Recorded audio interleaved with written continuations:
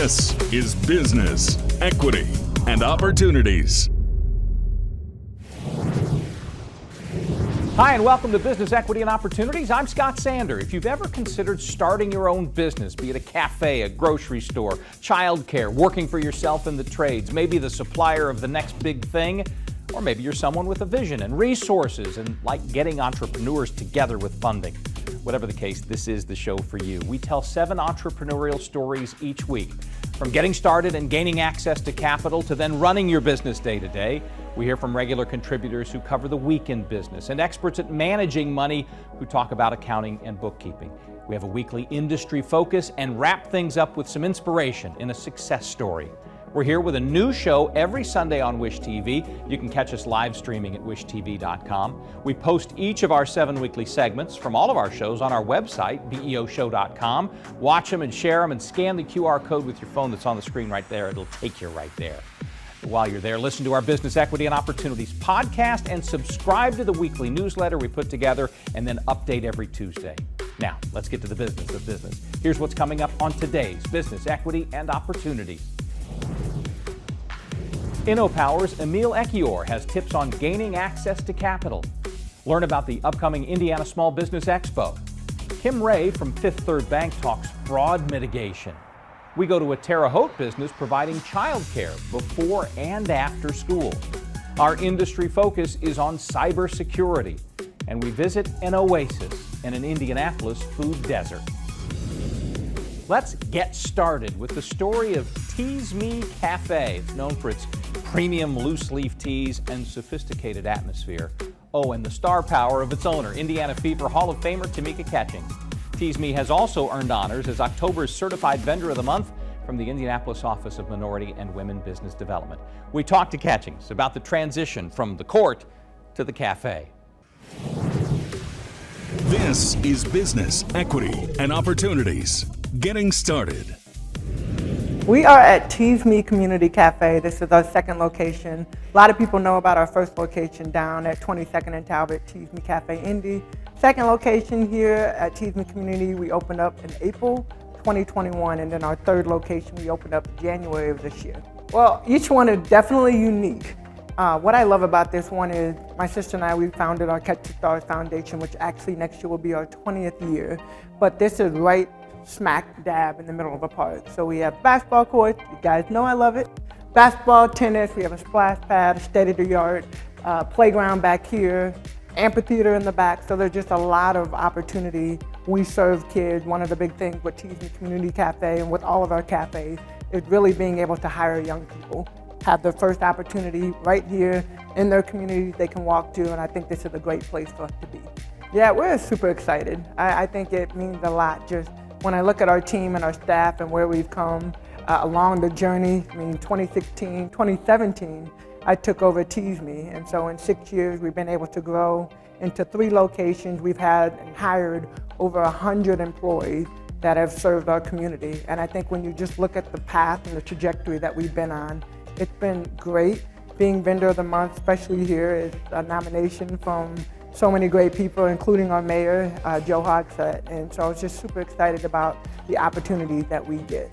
Well, I think it's great. I mean, especially looking at being a small business owner and all the ups and downs, obviously with the pandemic, to still be standing says a lot. And you know, I give a lot of credit to our staff, our team, just being so amazing. And I think with a lot of the other small businesses around town, got to give credit. I mean, especially for those that have been around since pre-pandemic, made it through the pandemic. We've all had to pivot and change a few things to be able to stay standing. And a huge tribute to the city for recognizing and honoring so many great businesses in our city. I just love it. You know, every single day, my faith is a big part. A lot of people, everybody that knows me knows that how important my faith is to me. And I think, you know, when you start looking at the Bible and just the principles, for me, every day I wake up, it's really just about living and doing His will. And so being able to serve others as I would want to be served, being able to do things without expecting anything back. And I think that's been one of the main reasons that I've been able to be successful in this business and our community is I genuinely love seeing people succeed.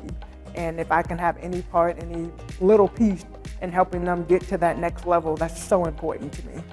I love being here. You know, it's interesting. I do get an opportunity to travel a lot. And when I get into the airport, obviously state-of-the-art airport, we've won numerous awards, and being able to be a part of that board, that's the first introduction that people see when they come to Indianapolis. They fly in, this is what they get an opportunity to see. Then as they get around, and one of the things I don't think Indianapolis gets enough credit for is we are innovative.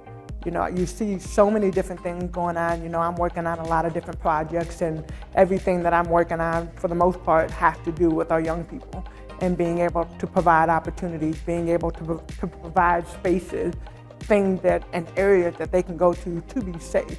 That's where my passion is. So I think a lot of people, and the thing that I don't necessarily think about surprise, I think the thing that a lot of people don't know, and you know, we got the NBA All-Star game coming next year, so I'm co-chair of that. Really excited about all of my friends, NBA, WNBA, you know, people from all over the world coming to Indy and really getting a chance to see just what a great city this is.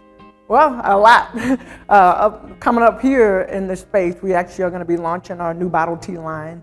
We showcased it around the city a little bit here and there, but we'll be in Kroger and Fresh Time in the next couple of months, so stay tuned for that. That's awesome. And then we're working on a project with the MLK Center to bring a community wellness center to this area, so that's big. Getting started, made possible by the Indiana Economic Development Corporation. If you'd like more information about certifying your small business, or if you'd like to view any of our Getting Started stories, use the link on our website, beoshow.com. During the broadcast, quickest way is just to scan the QR code on your screen. If you have information that has helped you launch or operate a small business, let us know how you're doing. We'd love to share your story. The email is beo@wishtv.com. Coming up, the efforts from InnoPower to truly elevate Black businesses. This is Business Equity and Opportunities. Grow your business with Wish TV's featured business directory. For less than $200 a month, be one of the limited businesses in 30 different categories, benefiting from one of the top visited websites in Indiana and Indiana's only statewide news station. Space is limited. Contact us today.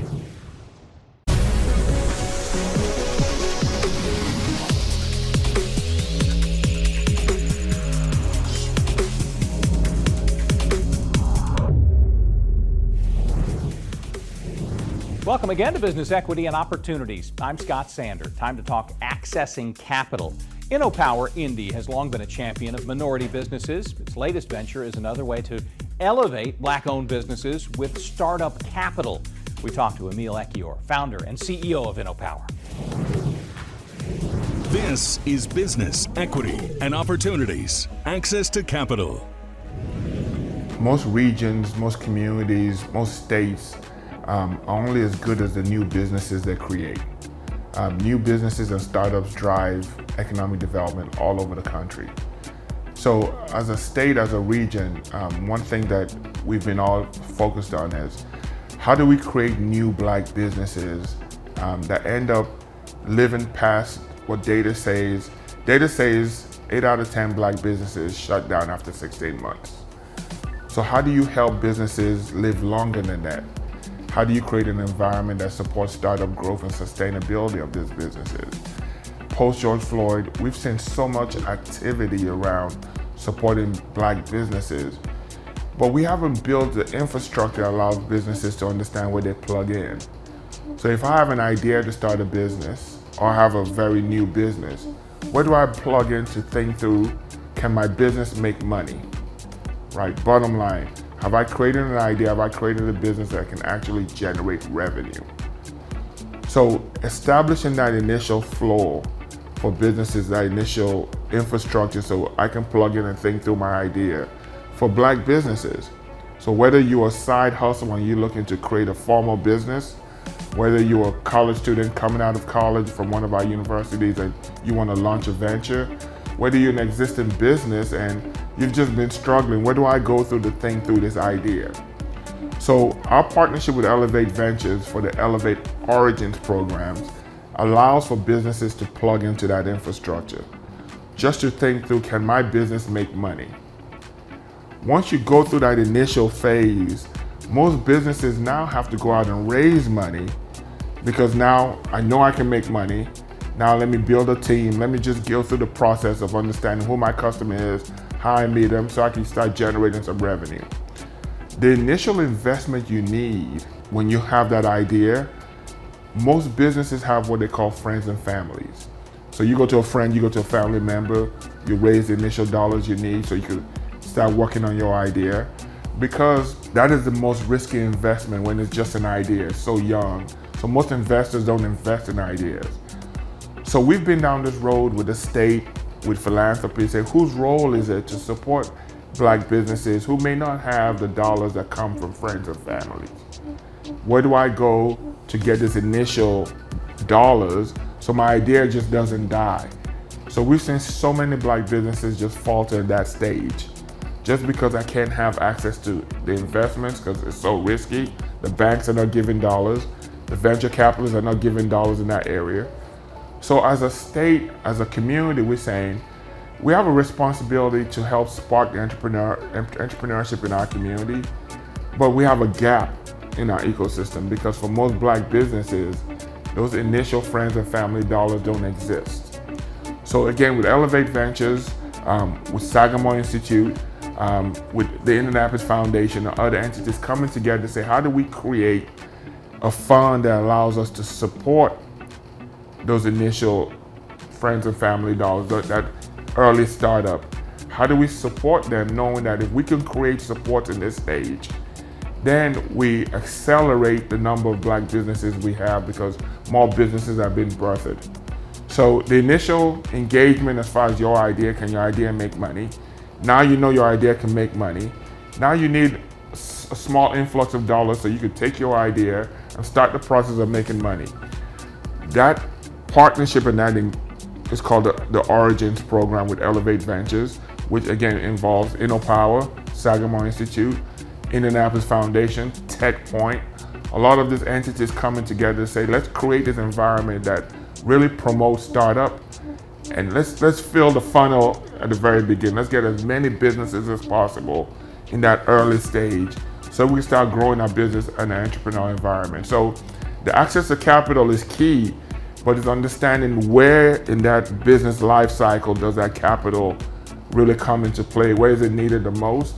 And we feel like it's really needed the most in the early stage because we want to increase the number of Black businesses we have in our communities. Indianapolis today has so much opportunity. We have people moving from out of town here to pursue the opportunities here. So we haven't done a good job of communicating the opportunities that exist to our own citizens, right? So most of the time we do a poor job of marketing internally. You do a good job of marketing the city and the community to everybody else. But we have to do a better job of marketing and communicating opportunities to our own neighbors here in Indianapolis. Once we do that better, then we'll see that most people are pursuing these opportunities. People want to access these opportunities. So it's one thing to communicate it. So now we've communicated, people are excited. Then how do we create access, right? How do we make sure people understand how to access all of these opportunities? And that's where, being in Indy, and I say this all the time to people that are not from Indy, having a Black-owned TV station really helps what we're doing. Not saying others don't do a good job, but when you were born in this community and you want to see things get better, and you own a media outlet, you take it personal, right? You want to make sure these stories are being told, and you want to empower as many people as possible. Plus, the message of opportunity is consistent, right? So if we want to change mindsets, it's not a message of the sky is falling. It's a message of opportunity and a consistent message of opportunity to people. And people have already seen it. We've already seen more businesses being started, but we haven't just connected the dots yet on making sure people understand how to access all of these opportunities. If you want more information about how InnoPower may be able to help your small business, we have links on our website. It's beoshow.com. A bit later, a leader at Fifth Third Bank shares expertise on mitigating fraud. Just before that, though, learn all about the Small Business Expo.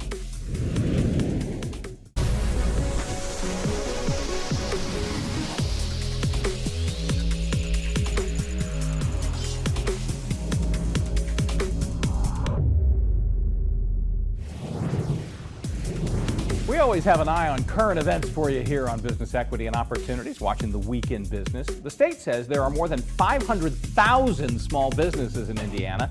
If the number surprises you, it surprised Kelly Sparks too before she became the CEO of the Indiana Small Business Expo.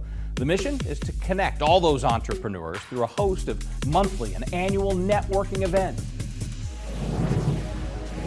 This is Business, Equity, and Opportunities. This Week in Business. Hi, I'm Kelly Sparks, proud CEO and owner of Indiana Small Business Expo. So the very short version of the story is that I was a realtor and I created a very small group to obviously have connections, referral partners, and this small group became my friends, like my family. And then COVID had came and they said, hey, I think we're gonna have to leave our entrepreneurial dream behind. And having been in the legal field before, I was an advocate for people already, and I thought, you know what? I think I can do something about this. So really just got on the phone, called all my mentors and connections. I'm like, how can I help small business? We don't know what's gonna happen. And so spoke to Kathy Paget. She actually started trade shows in Indiana in 2008. And Kathy said, Kelly, I think that you should buy the company, revitalize it, rebrand it, whatever you're going to do. Seemed like a good idea, and then obviously COVID came. We didn't know what was going to happen. And I bought it, and it has just been on fire. It's grown 480% through this pandemic. Everyone seems to be to be involved, the community. Can't do it without all the business owners supporting each other. So I took the feedback of what business owners were needing and wanting while not having those competition barriers with other networking groups. I like to collaborate with other networking groups. And so we decided to incorporate monthly events. So we meet all over the city, different locations, and just incorporate that with memberships, combine it with sponsorships, and it's been working out really well to keep everyone engaged. So Indiana Small Business Expo is a full-service networking company. We're statewide, and so we're reaching people, South Bend, Evansville, Bloomington, Carmel, everywhere. And the idea is to bring these folks together and to have a comfortable space. Ask questions. How did you pivot? What worked for you? And it's just a nice platform to get everyone in that room asking what they need to find out to grow. So the next one coming up is November 9th. It's a Thursday. We will be in Carmel at the 502 East Event Center. Last year we were actually down at the Hyatt and ran out of space, so we had to find a larger venue this year. And so we're excited having it in Carmel. We've got free parking. And the people that should attend are any entrepreneur, whether startup, whether brick and mortar. We've got industries such as law firms, real estate agents, startup companies, maybe candles and jewelry. I mean, the industries are vast. And we think of small businesses really small, but if you Google small business, it says it really goes up to about 500 people. So we attract small to medium-sized businesses. Yeah, in fact, there's over 500,000 small businesses in Indiana, and it's nice to get connected, to get involved in something like this. Not only are you developing the relationships that you need so we can refer you business, we all want to trust and like each other.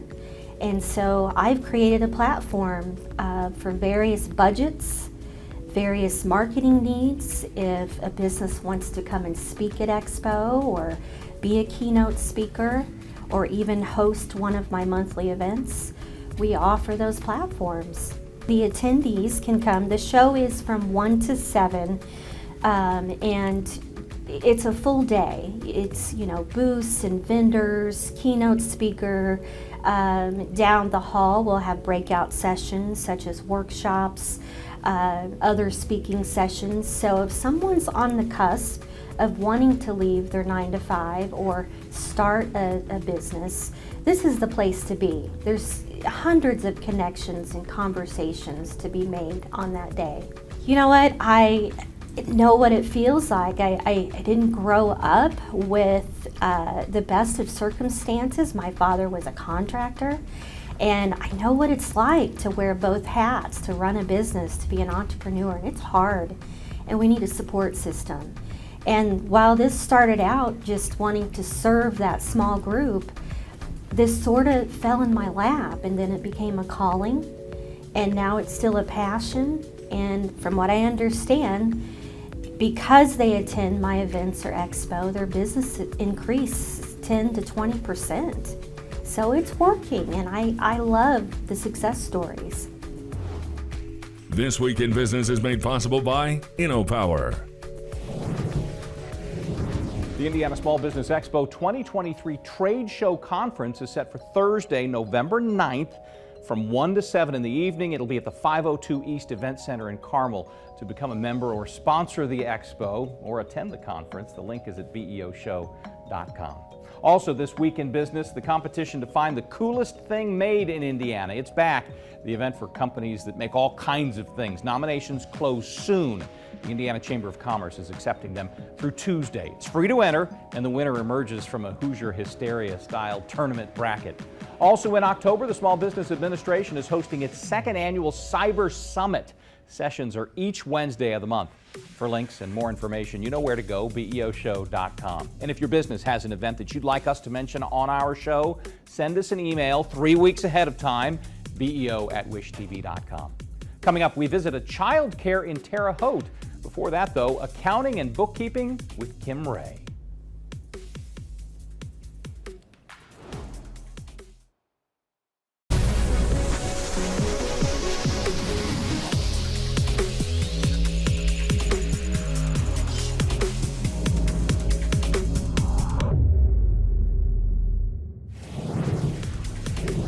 Welcome again to Business Equity and Opportunities. I'm Scott Sander. In accounting and bookkeeping, what to do if you find out someone's trying to pull one over on you or your business.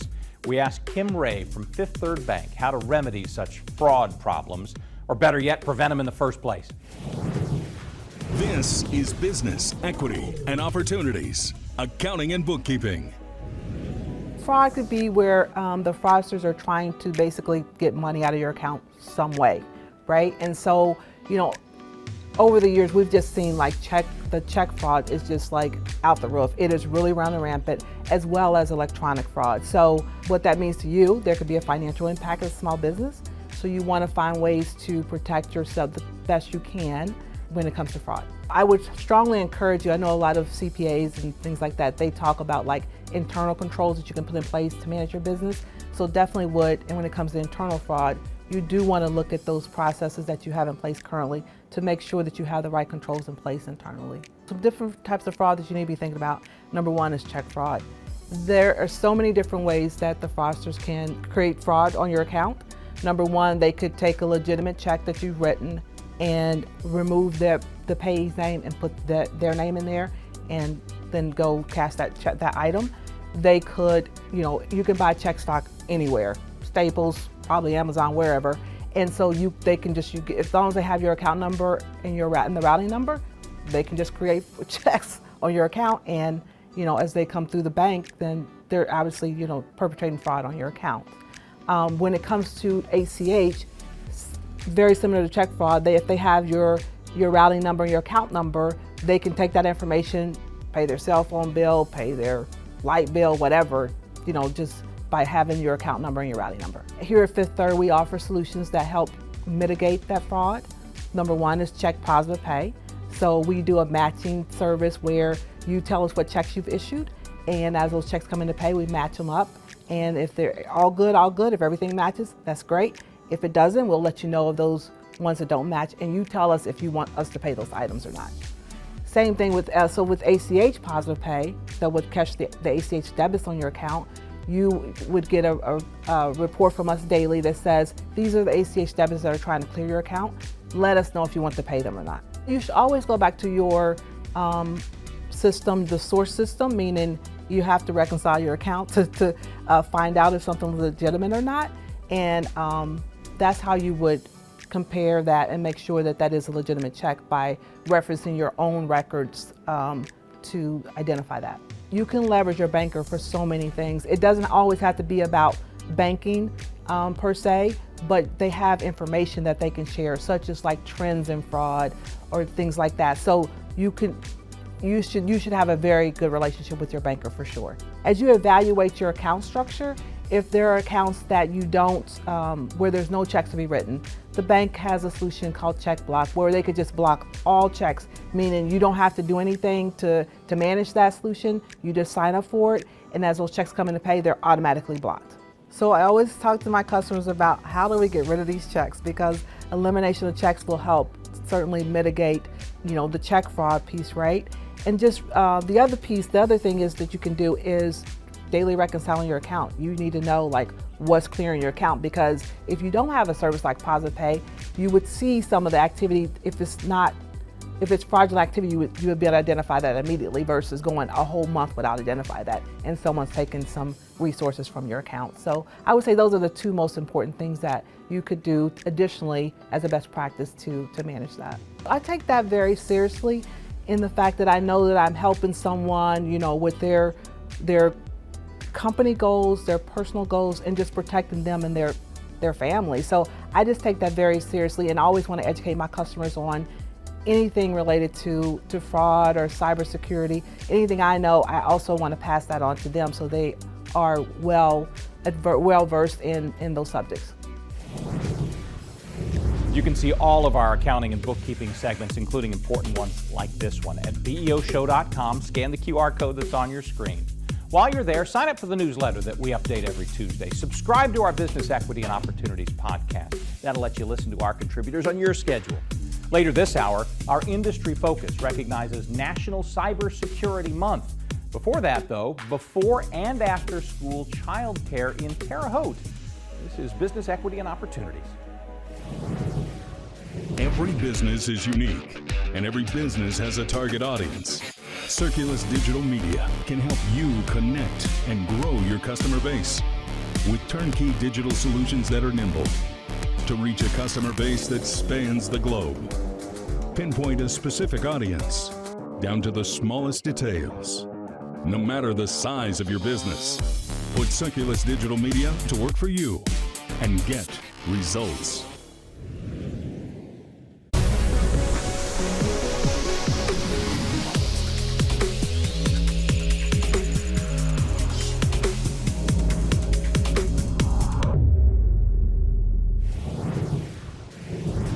Time on Business Equity and Opportunities to talk about actually running your business day to day. CASY, C-A-S-Y, stands for Chances and Services for Youth. Provides something many working families badly need: before and after school care for their children. We traveled to Terre Haute and met with the child care providers at CASY. This is Business Equity and Opportunities, running your business day to day. Within the Child Care Resource and Referral Network, we are working to help families to connect them to care and other resources in the community. We're working with child care providers to provide resources and networking opportunities, and we're out in the community advocating and educating on the need for care. It's a necessity for families that are in the workforce, because without quality child care, they're not able to make it to work every day. If they don't have quality child care, it could be that they're having larger absences within their work. Just having that routine for the child is important when parents are going to work, that they have a routine. Care is very difficult to find right now. Families are adding to wait lists, vacancies are just limited. So working with your families to understand that they may need flexibility as they're entering the workforce. I think another thing to think about is just making sure that you know to connect those families to Child Care Resource and Referral, because we can help those families not only to know what type of care is in their area, but help them find those vacancies that might be available. Children are learning social emotional skills that will lead them into adult life. They're learning how to get along with other children. They're learning friendship skills, behavioral skills. They're learning not just academic skills that will take them into kindergarten, but all of those skills that will lead them into a successful adult. I recommend reaching out to your Child Care Resource and Referral Network to connect with your local Child Care Resource and Referral and have a conversation with your needs for care with that Child Care Resource and Referral, and they can help you in your search for care, in your search for quality, and in your search for those vacant seats. All of our child cares are facing staffing issues just like many other businesses throughout the state. Unfortunately, in the child care industry, not having staff means caring for fewer children that you're actually licensed to care for because of those ratios. So we're seeing classrooms that are closing due to lack of staff. We're also seeing, needs for funding because as inflation has occurred, child care programs are paying more and more for the supplies that they are utilizing within a program, and so their costs of offering care are going up also. Child care providers need support through our system, through the state of Indiana. They need the opportunity to have quality staff. We need funding for child care providers to be able to keep their doors open and keep that business sustainable. I think there's a lot of opportunities for businesses to get involved, allowing that flexibility for families, holding spots within child care so that their families have access to vacant seats, providing benefits for their staff to be able to even pay for child care. There's a lot of opportunity, and employers are always welcome to reach out to their Child Care Resource and Referral Network for support in exploring those opportunities. I love what I do because we make a difference in families within the Hoosier State. For links and more information, head to beoshow.com. The QR code will hook you up with everything you need. Coming up, the success story of the newest grocery store in Indianapolis. First, though, we visit the world of cybersecurity on business equity and opportunity. Every business is unique, and every business has a target audience. Circulus Digital Media can help you connect and grow your customer base with turnkey digital solutions that are nimble to reach a customer base that spans the globe. Pinpoint a specific audience down to the smallest details. No matter the size of your business, put Circulus Digital Media to work for you and get results.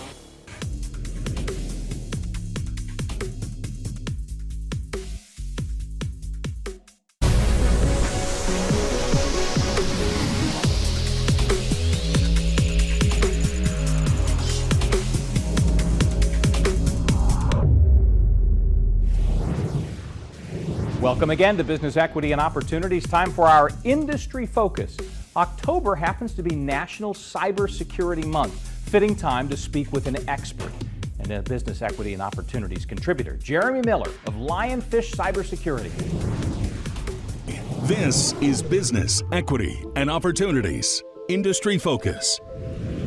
Hackers know they don't have security. It's easy to get in, it's easy to get out. I was just up at Hamilton County the other day, and the kids were coming up because we have a program up there right now teaching cybersecurity. And they were like, well, what is cybersecurity? I said, well, think of it like this. You're at home, you leave all your windows open, your doors, your garage door, and you leave. Do you expect nobody to walk in and take your stuff? No, they're gonna see it's wide open, they come take it. It's the same way with cybersecurity. We just can't see it. It's still happening. All those doors are open. You just need somebody to shut the doors, monitor it, make sure, and do good things that don't keep the doors open again, right? And that's kind of what we do to help companies get through that. We've built out a whole program for compliance, training those companies on what those doors are. This video here in the background is explaining to a company or a new person getting into the industry, what is it? Okay, we try to put it down to the lowest denominator. I'm a lowest denominator. I'm a business owner, right? So we've got to bring it down to the level that we understand, because it's a foreign knowledge to everybody else. And I understand that. And so doing that, and then we built a whole apprenticeship program to topple into our, not topple, but to work integrated into all of these steps. So now we're working on with universities to bring our system into their classroom to teach college kids, right? Cybersecurity, hygiene, compliance, and then we can get them out there as an intern or an apprentice, working real world stuff, doing on-the-job training with the local community. right? We can't do all the services, right? We can't do all the training, but we can provide a platform for others to do it, and that's what we want to do. I'll give you one example of why this process will work in the cybersecurity realm. Well, first of all, cybersecurity it's guerrilla warfare. It's unconventional, right? Nobody knows how to fight it very well except for the professionals. C-suites don't even understand how to deal with it, and they listen to their professionals for bigger companies, and sometimes they weren't even wanting to give them the money to defend it, right? So that was a problem. But now that's coming away. People are having to do it. Cyber insurance, all these things. But if we go back to the part of why this will work. So I use this example so people can I try to bring that down to this level. So right after 9/11, 6 special forces teams were sent to Afghanistan. They were subsequently called the Horse Soldiers, won awards and things like that for that. But what they did was that they took some of the teams and worked with the local warlords that didn't like each other. They had their own fiefdoms, right? But they did have one thing, they had a common enemy, right? That was the Taliban. They brought them together, they worked, we focused them in on that thing, and many people don't even know this. They actually had the Taliban surrender in 2.5 months. Now, our government had done some other things. We decided to do nation building, and I don't want to go into all that because that's above my pay grade, but they had actually had the Taliban surrender in that time period. I see cybersecurity in the same light. We're all these fiefdoms, everybody's warlords. I got this, I got that. They're all going after the same grant money. The MSPs and MSSPs are going after the same money. We're fighting over ourselves to protect the country, which is what we really need to be doing and focusing together. So that is really what Lionfish is about, is how can we bring an ecosystem together where everybody plays nice and we actually accomplish this mission of saving some of these, all of the companies if we can, right? But not all of them are gonna listen, unfortunately, right? Until something bad happens. And we get back to, well, what's really going on in this industry, right? But yeah, that's what Lionfish is about, and that's what we've done. Industry Focus is made possible by Circulus Digital Media. If you are interested in starting a business and would like to revisit this segment or any of our past segments, they live at BEOshow.com. Feel free then to share those segments with family, friends, potential business partners through Facebook, Twitter, LinkedIn, email. Go to BEOshow.com, find the video you want to look at and share, then use the buttons right underneath them. It's that easy. When we return, we find an oasis in a food desert. This is Business Equity and Opportunity.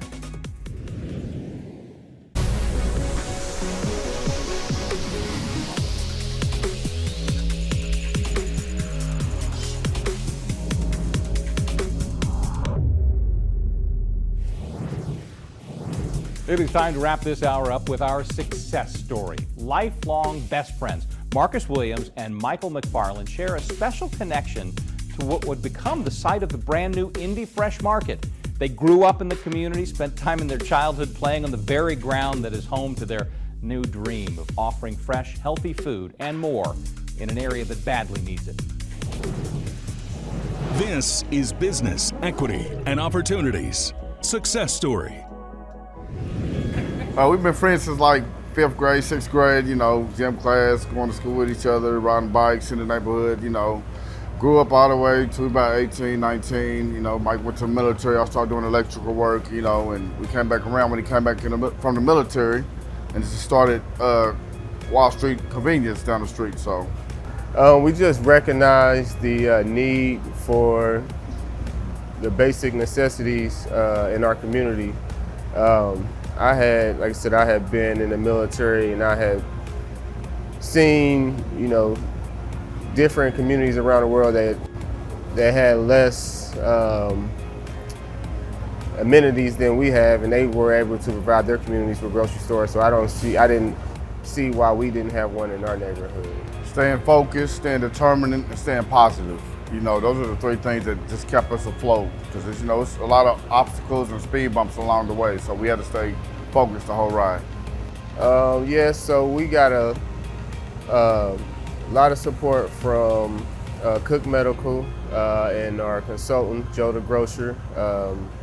Cook Medical, they helped us strengthen our academic background by teaming with us to create a retail certificate program at Martin University. And then our consultant, Joe, the grocer, he has over 25 years of grocery retail experience that he has lent us his knowledge to help us become successful. Just the outcome of the community coming together, just showing a lot of support, Facebook, Instagram, all social media. I mean, it was just amazing, and I'm really grateful for that. Probably say my biggest fear was probably loss prevention, you know, to be honest. But we have been getting a lot of support from the community. We haven't experienced any of that negativity, so we hope it keeps going, and my worst fears don't come true. The smiles, the hugs, the laughter, the joy that's coming from this community is just outstanding. You know, we want to keep that rolling from years to come. We're talking to the future Mr. Feed Indies here, you know, so we're going to get this rolling.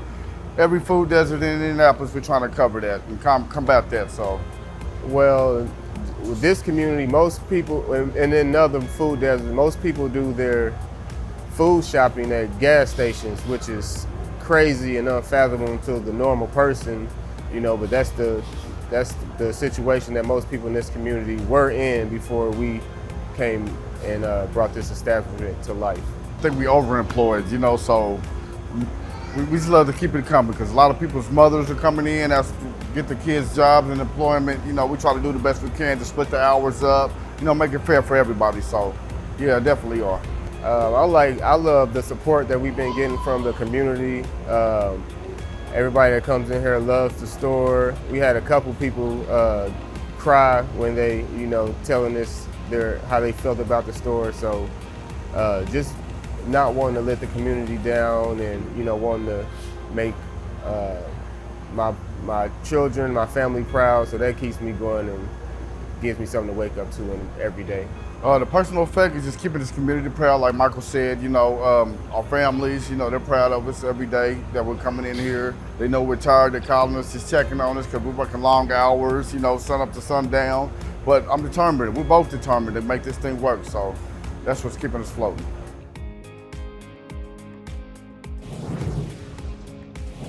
This is Business, Equity, and Opportunities. Indiana Youth Services Association is saluting several bureaus that provide resources to at-risk communities.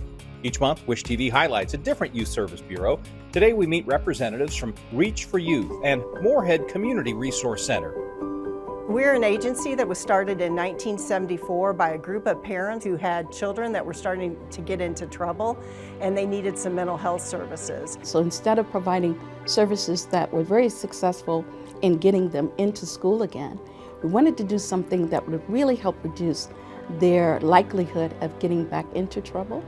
And one of those programs is called Reach. We've had a situation where we had a young man that vandalized a restroom in one of our schools. You would always think that you would come down on that student and say, hey, this is not acceptable. But we kind of gave him an opportunity to advance his craft. So instead of, you know, being punitive and telling him, hey, you're suspended and expelled from school, we gave him the opportunity to teach. Moorhead is an idea that was born out of necessity. We consider ourselves like a live 211. It's an oasis of hope. And what I mean by that is you come for one thing and you may get something else. All of our youth are one caring adult away from reaching their potential. So being able to support them in that and knowing that there's going to be barriers, there's going to be challenges they're all going to experience, and we want to come alongside to support them in removing those barriers and reaching their full potential. When I was younger, my mentor invested in me. So I think, you know, through my faith in God and the people that He's allowed me to be around, I'm charged. And I get recharged every time I get to work with a family or a young person who accepts the program, who takes the help, who kind of changes their mindset about their life. What families are really looking for is someone to listen and not to respond. So talking to our families and seeing what their true needs, listening to their desires and what they really want to take in from a community has helped us build these new programs. I think it's heartwarming for me to be able to say, I've made an impact in their child's life. I've made an impact in that student's life. Communication is key. I had a young girl, she was a fighter. So she wasn't in school long enough to know that she was really, really a bright kid. So she took a test and she brought it up and whispered and said, "You gave me the wrong grade." And I was like, "Oh, let me see your paper." It was an A. She couldn't believe she had actually received an A. And from there, the sky was the limit. What they are gaining from the clinicians here, from the trainers here, from the staff here, is a sense that you matter. And that they carry with them. And that's what they carry into their future. And that's what the hope is. There is an extreme shortage of mental health therapists currently. And so it is an event that we have to, as a nation, look at. How can we encourage more people to go into this profession? Here we have hope to have like just a normal life. You'll be able to have a job, to work on like a supply for support your family, have a place to live, just the basic, the simple things of life that a lot of people takes for granted. I often say to the people that we're working with, you could be any place in the world today, but you're here with us. And for that, that's a good thing, and we're going to help you. That's about wrapping up our hour here on Business Equity and Opportunities. Thanks to today's storytellers. If you want more information about the topics on today's show, find the links on our website, beoshow.com. Just scan the QR code, it'll get you right there. While you're there, look for the past segments from the show, each of our 7 weekly topics. Download them, watch them, use the buttons right underneath them to share them with friends or on social media. Listen to and subscribe to our Business Equity and Opportunities podcast on the All Indiana Podcast Network. Sign up for our newsletter that we update every Tuesday. If you have any questions or if you have your own success story to share, send us an email at beo@wishtv.com. We'll see you next week for more Business Equity and Opportunities. Until then, I'm Scott Sander. Have a great day. Business Equity and Opportunities is made possible by Indiana Economic Development Corporation, InnoPower, Bose McKinney & Evans, Gemco, Fifth Third Bank, and IU Indianapolis.